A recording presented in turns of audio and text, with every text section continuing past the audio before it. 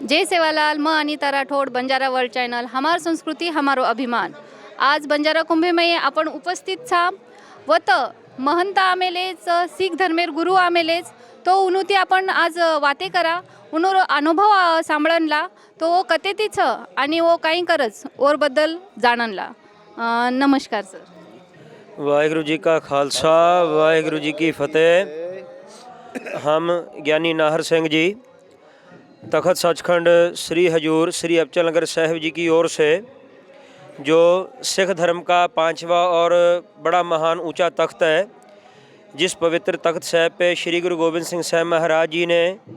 श्री गुरु ग्रंथ साहब महाराज जी को 11वें गुरु के रूप में हमेशा के लिए गुरता गद्दी के ऊपर विराजमान किए और आप वहाँ से सचखंड पे आना मतलब ब्रह्मलीन हो गए, परमात्मा के पास अपने शरीर को समर्पित कर दिए. हम उस धरती से आए हैं जहाँ पे श्री गुरु ग्रंथ साहब महाराज जी को सदैव काल के लिए मानवता का गुरु स्थापित किया गया है. तो ये जो जामनेर की धरती में बंजारा और लुबाना समाज, नायकड़ा समाज का जो कुंभ का मेला आयोजित किया गया है, इसके बीच में विशेष तौर से तखत सचखंड श्री हजूर साहिब जी के सहयोग से हमें धर्म और गुरसिक्खी मानवता के प्रचार के लिए यहाँ पर भेजा गया है. अगर देखा जाए तो भाई बंधुओं, सच में अगर देखा जाए तो संसार का हर एक शख्स वणजारा ही कहलाता है. वो क्यों? जैसे वणजारा शब्द का जो अर्थ होता है वणज व्यापार करने वाला. परमात्मा की ओर से हर इंसान को श्वासों की जो पूंजी मिली है, जिस प्रकार से हम बाज़ार में जाते हैं कोई सौदा खरीदने के लिए, अपने पास से धन की राशि देते हैं और सौदा खरीदते हैं,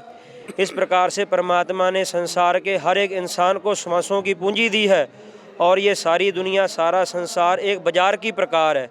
और यहाँ पर आके हमने अच्छाई, नेकी, शुभ कर्म, सदाचार, पुण्य, भले कर्म, मानवता की सेवा, ये जो पवित्र सौदा है हमने खरीद के परमात्मा के घर में वापस जाना है. और अगर देखा जाए तो माता के गर्भ से जब भी किसी इंसान का जन्म होता है तो वो सिख बनकर ही आता है. बाद में कोई कैंची या छुरी के सहारे से उसके ऊपर अपना धर्म आरोपित कर देता है. श्री गुरु नानक देव साहब महाराज जी के समय से ही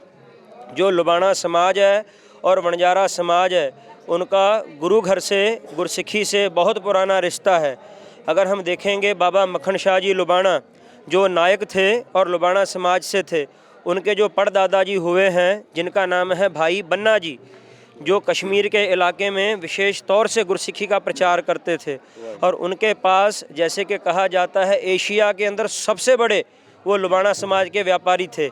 लुबाना जो शब्द है इसका जो मुख्य अर्थ बनता है वो नमक के, लूण के व्यापारी थे, क्योंकि लवण कहा जाता है हिंदी भाषा में नमक को, और यही धीरे धीरे आगे चल के बदलता हुआ लवण से ये लुबाना शब्द बन गया है. तो भाई बन्ना जी, भाई पिरथा जी, भाई बहोड़ू जी, उनके बाद बाबा मक्खन शाह जी लुबाना. जो बाबा मक्खन शाह जी लुबाना हैं, अगर हम संक्षेप में बताएं, अगर बाबा मक्खन शाह जी लुबाना जी का गुरु घर के साथ अगर इतिहास देखा जाए तो बहुत गहरा और गूढ़ा रिश्ता है उनका. और विशेष तौर से सिख समाज से उनका जो प्रेम है, उनका जो उपकार है, वो उपकार हम कभी दे नहीं सकते. जो सच्चाई हम आपको बता रहे हैं, श्री गुरु नानक देव साहिब जी ने जब गुरता गद्दी की जो रस्म अदा की थी श्री गुरु अंगद देव साहिब जी को, सिख धर्म के विशेष तौर से शरीर करके 10 देहधारी गुरु माने जाते हैं. और 10 गुरु साहिब जी की आत्मक शक्ति, उनके आत्मक विचार, पवित्र ज्ञान का जो स्वरूप है वो है श्री गुरु ग्रंथ साहिब जी, 11वें गुरु. तो श्री गुरु नानक देव साहिब जी की पवित्र पावन गद्दी के ऊपर जब 8वें गुरु जी विराजमान थे, श्री गुरु हरकृष्ण साहिब जी, तो जो श्रृंखला, जो लड़ी श्री गुरु नानक देव साहिब जी ने स्थापित की थी, अपने बाद किसी देहधारी पवित्र हस्ती को गुरता गद्दी पे विराजमान करते थे, यही लड़ी 8वें गुरु जी तक चलती आई. लेकिन जब 8वें गुरु जी ने मानवता के कल्याण के लिए, इंसानियत के कल्याण के लिए दिल्ली की धरती में जाके, जहाँ पर बहुत ज़्यादा मात्रा में हैजा और प्लेग की महामारी फैल गई थी, तो सारी मानवता को और दिल्ली के जनवासियों को बचाने के लिए उनकी सारी बीमारी गुरु साहिब जी ने खुद के शरीर पर लेके गुरु महाराज परमात्मा के चरणों में अपने शरीर को विलीन कर लिए, ब्रह्मलीन हो गए. लेकिन जब गुरता गद्दी देने की बारी आई तो श्री गुरु हरकृष्ण साहिब जी महाराज ने अपने अंतिम समय में, शरीर के अंतिम समय में ये वचन किए थे कि हमसे बाद जो 9वें गुरु होंगे वो बाबा बसहजे ग्राम बकाले बन गुरु सकल संगत को संभाले। कि हमारे बाद जो 9वें गुरु होंगे वो बाबा बकाला की धरती में से प्रकट होंगे। तो बाबा बकाला के धरती में जो सोढ़ी परिवार से रिश्ता रखते थे, इस प्रकार के जो 20 और 2 कुल मिलाकर 22 शख्स जो थे, जो पाखंडी, जिनका ना कोई पवित्र आचरण था, ना पवित्र जीवन था, ना जिन्हें कोई ज्ञान था, ना उनकी कोई भक्ति थी, ना समाज सेवा थी, लेकिन धन के लोभी, जब गुरु हरकृष्ण साहब जी ने ये वचन कर दिए कि अगले गुरु बाबा बकाला की धरती में प्रकट होंगे, तो उन 22 पखंडियों ने, झूठे लोगों ने अपने आप को गुरु कहलवाने के लिए और भोली भाली जनता को, संगत को लूटने के लिए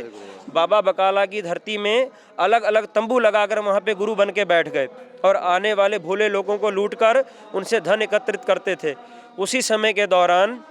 जो बाबा मक्खन शाह जी लुबाना थे, जो एशिया के इलाके में सबसे बड़े व्यापारी माने जाते थे, उस समय उनके पास 10 खांडे माने जाते हैं, खांडू या खांडा कहते हैं जिसे, जिसमें तकरीबन 1000 वजन उठाने वाले पशु होते हैं। इस प्रकार से उनके पास 10,000 पशु थे, 10,000। और जहाज़ों की अगर गिनती की जाए तो तकरीबन 400 से 500 के बीच में उनके पास जहाज़ थे। आज के समय के जो अंबानी अडानी कहे जाते हैं ना, उनसे भी बड़े व्यापारी थे अपने समय के बाबा मक्खन शाह जी लुबाना। तो कहते हैं जो वो पुर्तगाल के लिए बहुत ज़्यादा सामान से भरा हुआ जहाज़, जिसमें हिंदुस्तानी मसाले, कश्मीरी रेशम की शाल, महंगे वस्त्र, कई प्रकार के पदार्थ जहाज़ के अंदर भर के वो पुर्तगाल को जब जा रहे थे, तो कहते समंदर के बीच किसी रेत के टापू के ऊपर उनका जहाज़ फंस गया। तो बाबा मक्खन शाह जी लुबाना श्री गुरु नानक देव साहब जी को बहुत श्रद्धा भावना से मानते थे। और ये आपको पता ही है, जब इंसान के ऊपर कितना भी बड़ा कोई मुश्किल का वक्त या दुख या कोई औखा समा आ जाए, तो परमात्मा के चरणों में की गई अरदास हमेशा उसकी रक्षा करती है। तो बाबा मक्खन शाह जी लुबाना जी ने सच्चे मन से गुरु नानक साहब महाराज जी के चरणों में अरदास की कि हे श्री गुरु नानक देव साहब जी, जो हमारे पुराने बड़े बुजुर्ग थे, आपने सदा से उनकी रक्षा की, उनकी सहायता की, लेकिन मुझे अभी ये नहीं पता कि वर्तमान में 9वें गुरु कौन है। इसलिए मैं आपके चरणों में ये अरदास बेनती करता हूँ कि आप कृपा करके मेरे जहाज़ को किनारे पर लगा दो। अगर आज के समय में मेरा जहाज़ सही समय या सही सलामत समंदर के किनारे पहुँच जाएगा, तो मैं आपके चरणों में 500 सोने की मोहरें चढ़ाऊँगा। ये उन्होंने मन्नत मान ली। और जैसे ही अपने मन में सच्चे मन से बेनती की, वो किसी उर्दू शायर ने कहा ना, खुदा फरियाद सुनता है दुआ जब दिल से होती है, मुश्किल तो यही है कि ये मुश्किल से होती है। वो सच्ची उनकी अरदास गुरु नानक साहब महाराज जी के चरणों में कबूल हो गई, परवान हो गई। तो श्री गुरु तेग बहादुर साहब जी जो बाबा बकाला के धरती में उन 22 पखंडियों के दूर, उनसे दूर जमीन के अंदर एक तप स्थान बना के वहाँ पे गुप्त रूप में, बिल्कुल अदृश्य रूप में वहाँ पे तपस्या करते थे, परमात्मा की भक्ति करते थे। तो जो बाबा मक्खन शाह जी लुबाना जी समंदर में फंसे हैं, उनकी बेनती गुरु नानक साहब महाराज जी के चरणों में पहुँच गई और आत्मक शक्ति से वो जो अरदास बेनती थी गुरु तेग बहादुर साहब महाराज जी के हृदय में पहुँच गई। तो गुरु तेग बहादुर साहब महाराज जी ने बाबा बकाला की धरती पे शरीर करके वहाँ पे ही बैठे थे, लेकिन अपनी आत्मक शक्ति से, अपनी भक्ति की शक्ति से, परमात्मा की कृपा से अदृश्य रूप में जाके बाबा मक्खन शाह जी लुबाना जी का जो डूबता जहाज था, उस जहाज को अपने कंधे के सहारे से किनारे पर लगा दिए। इस तरह से बाबा मक्खन शाह जी लुबाना का जहाज सही सलामत किनारे पे पहुंच गया। उन्होंने मन में सोचा कि जो मैंने मन्नत मांगी थी, अब मैं अपनी मन्नत का शुक्र मनाने के लिए, धन्यवाद करने के लिए गुरु साहब जी के पास जरूर जाऊंगा 500 सोने की मोहर चढ़ाने के लिए। जैसे ही वो बाबा बकाला की धरती में पहुँचे, सिख समाज से पूछते हुए कि अगले गुरु कौन है, तो बाबा बकाला में जाके उन्हें जब पता लगा कि वहाँ पे तो 22 पाखंडी झूठे गुरु बैठे हैं जो अपने आप को गुरु कहलवाते हैं, और उन 22 पाखंडी गुरुओं ने कुछ चेले भी खरीद कर रखे थे जो आए हुए लोगों को ठगने के लिए कहते कि आपने सच्चे गुरु के दर्शन करने तो आइए, इस तंबू में सच्चे गुरु बैठे हैं, और भोले लोगों को कहते आइए इस तंबू में सच्चे गुरु बैठे हैं। इस प्रकार से लोगों को वो ठगा करते थे। जब बाबा मक्खन शाह जी वहाँ पर पहुँचे तो वहाँ का जब हाल देखा ना, तो 22 पखंडी जो लोगों को लूट रहे हैं, उनकी श्रद्धा चूर चूर हो गई। मन में सोच कर आए थे कि सच्चे गुरु के दर्शन करेंगे और अपने जीवन को सफल बनाएंगे, लेकिन जब सबके पास गए तो 5-5 सोने की मोहर चढ़ाने लगे बाबा मक्खन शाह जी, सोने की मोहरें। और अपने मन में फिर उन्होंने एक मन्नत मांग ली, छोटी सी मन्नत। वो ये थी कि जो भी सच्चा गुरु होगा वो अपनी अमानत मुझसे खुद मांग लेगा, मैं 5-5 सोने की मोहरें चढ़ाऊँगा। इस प्रकार से वो सबके आगे जाते, 5-5 सोने की मोहरें चढ़ाते, लेकिन 22 पखंडी उनकी ना कोई भक्ति ना कोई पवित्र जीवन, उन्हें तो 5 मोहरें मिल रही थी, उसमें ही वो खुश हो गए थे। इस प्रकार से 22 पाखंडियों को मिलके निराश होकर जब वो जा रहे थे ना बाबा मक्खन शाह जी, तो उस समय किसी गुरसिख से उन्होंने पूछ लिया कि अभी भी कोई गुरु बाकी रह गया जिसके दर्शन करने बाकी हैं। तो वो गुरसिख ने कहे कि ज़मीन के अंदर तप स्थान बना के, जिसे भोरा कहते हैं, उसके अंदर श्री गुरु हरगोबिंद साहिब जी सिख धर्म के 6वें गुरु, उनके 5वें सुपुत्र सबसे छोटे श्री गुरु तेग बहादुर साहिब जी, जो श्री गुरु गोबिंद सिंह साहिब जी के पिता हैं,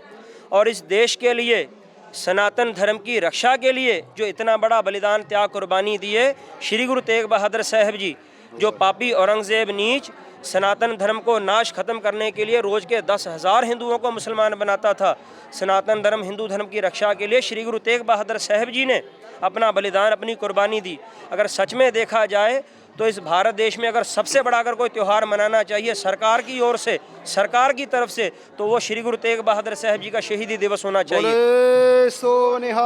सत श्री अकाल। क्योंकि जिनकी शहीदी का सदका आज सनातन धर्म हिंदू धर्म देश में जीवित है, संसार में जीवित है, तो वो महान श्री गुरु तेग बहादुर साहिब जी के पास भी बाबा मक्खन शाह जी गए और जाके 5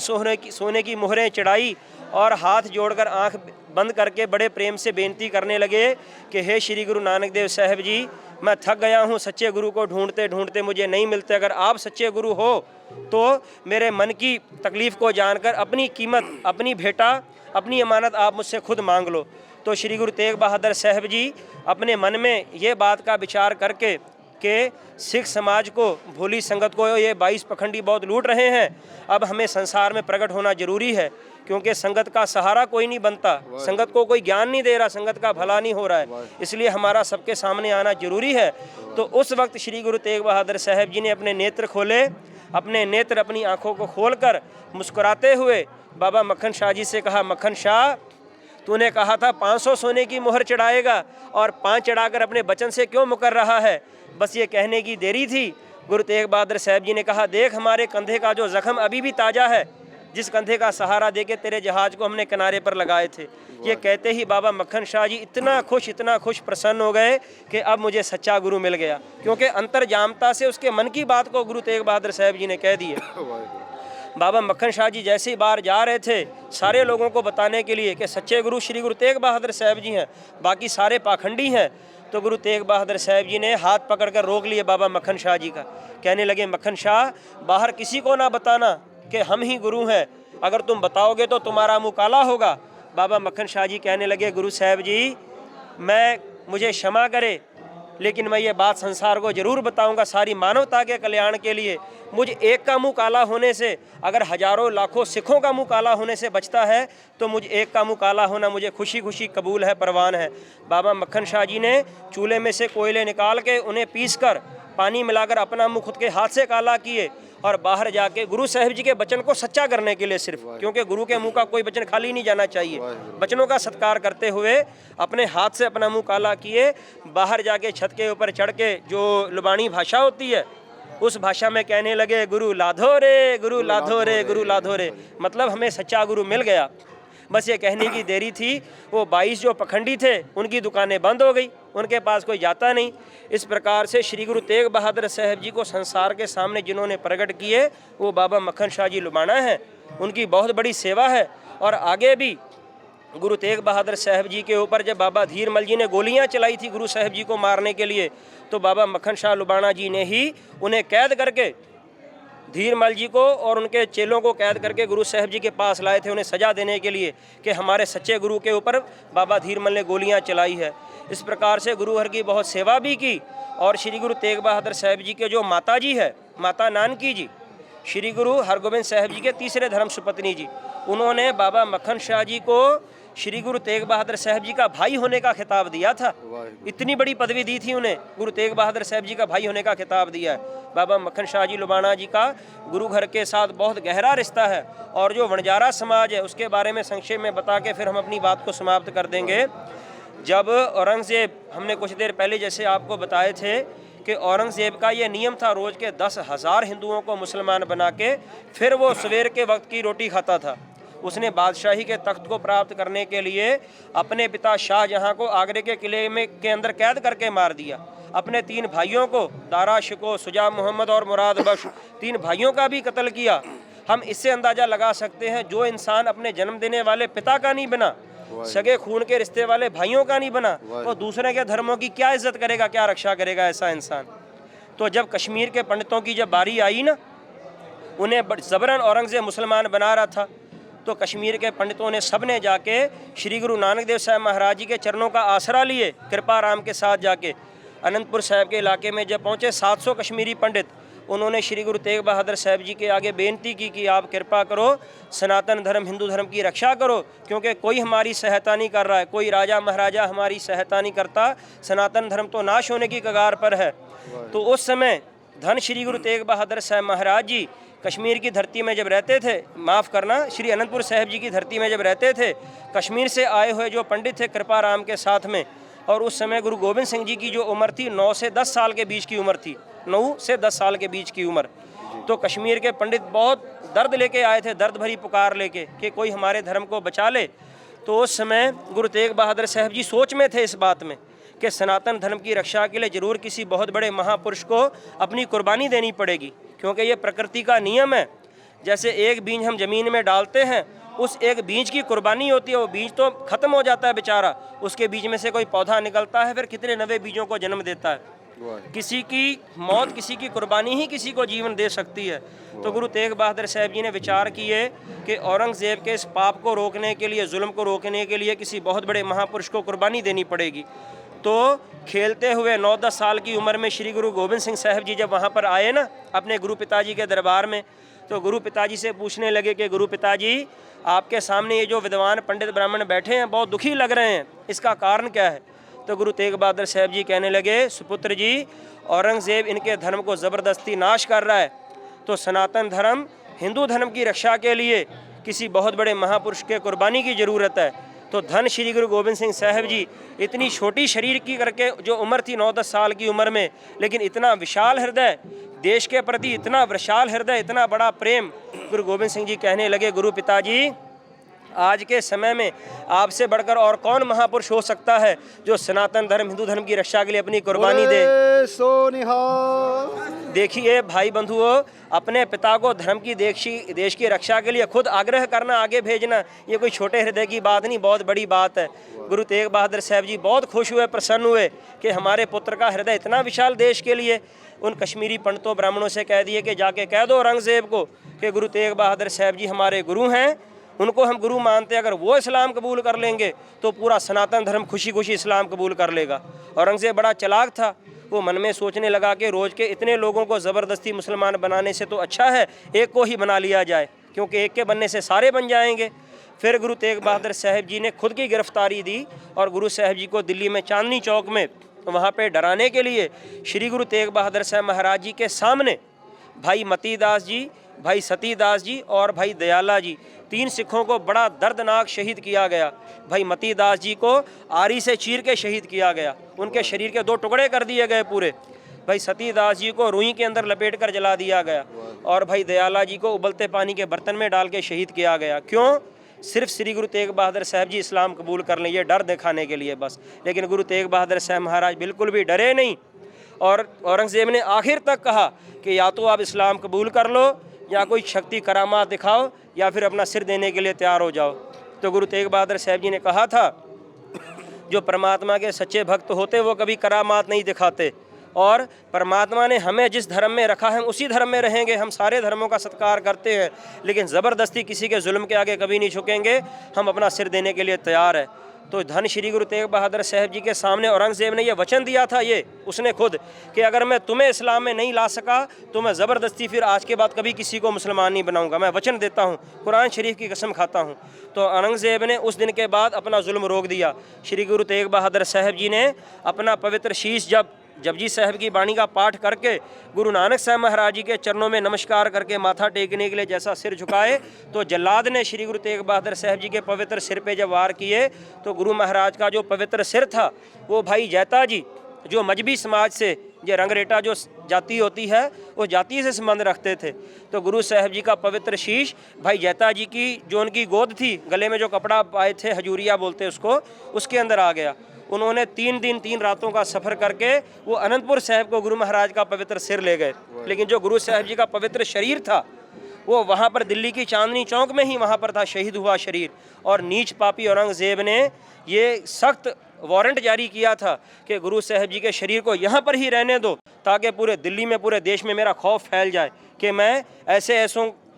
जो धार्मिक आगू संत होते हैं उनका मैं ये हाल करता हूँ जो मुझसे लड़ते हैं या मेरे आगे झुकते नहीं। डर दिखाने के लिए महाराज के शरीर को वहाँ पर ही रहने के लिए उसने कह दिया था। लेकिन ऐसे समय में पूरे दिल्ली की धरती में हाहाकार मच गया, बड़ा तेज तूफान आया, आंधी आई। उस समय में जो भाई लक्की शाह वणजारा जी थे, उस समय के वो भी बहुत बड़े व्यापारी थे। उनके पास तकरीबन कहा जाता है 400 बैलगाड़ियाँ थी उस वक्त की, वो भी बहुत बड़े व्यापारी थे। तो उस समय भाई लक्की शाह वणजारा जी के पास जो रुई से भरे हुए बैलगाड़ियाँ थी, तो भाई लक्की शाह वणजारा जी जो गुरु घर को बहुत ज़्यादा मानते थे, उन्होंने क्या किए, जो आज के समय में भी जो संसद भवन की जो ज़मीन है, संसद का जो सारा इलाका है, वो भाई लक्की शाह वणजारा जी के नाम पे है। उनकी ज़मीन थी सारी, वो उस ज़मीन के मालिक भाई लक्की शाह वणजारा जी थे बाद में।